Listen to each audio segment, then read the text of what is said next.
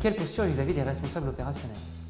Dans beaucoup d'entreprises, les RH sont considérés comme les gardiens des règles, dignes héritiers des premiers directeurs du personnel qui étaient en général d'anciens militaires en charge du respect de la discipline.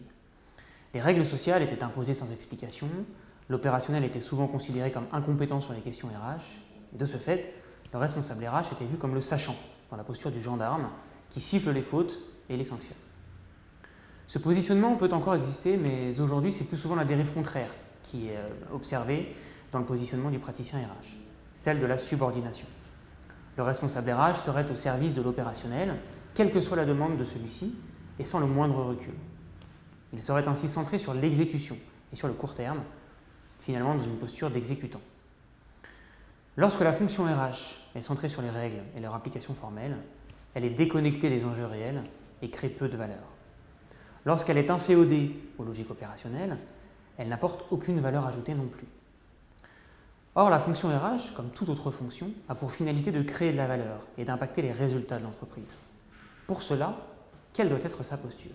L'activité et le positionnement de la fonction RH doivent répondre à deux déterminants complémentaires tout aussi importants l'un que l'autre.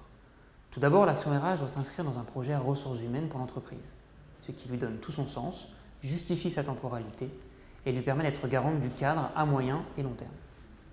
C'est ce qui lui permet de dire non quand la demande du manager est en contradiction avec ce projet.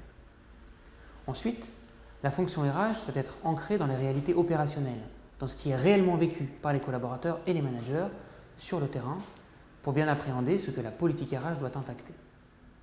Articuler ces deux déterminants suppose donc un projet ressources humaines formalisé et partagé, une organisation RH qui combine présence terrain et animation forte sur les contenus, mais aussi un travail sur les postures de la fonction RH au quotidien.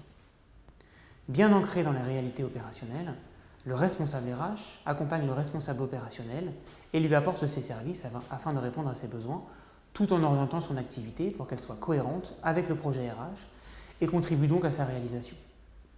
Il est davantage dans une posture de coach pour accompagner le responsable opérationnel dans la compréhension et l'intégration dans son quotidien de la politique RH articulée avec la stratégie de l'entreprise. Tirer sa légitimité de la valeur créée permet à la fonction RH de sortir des logiques de territoire et de pouvoir qui marquent les deux postures du gendarme et du valet.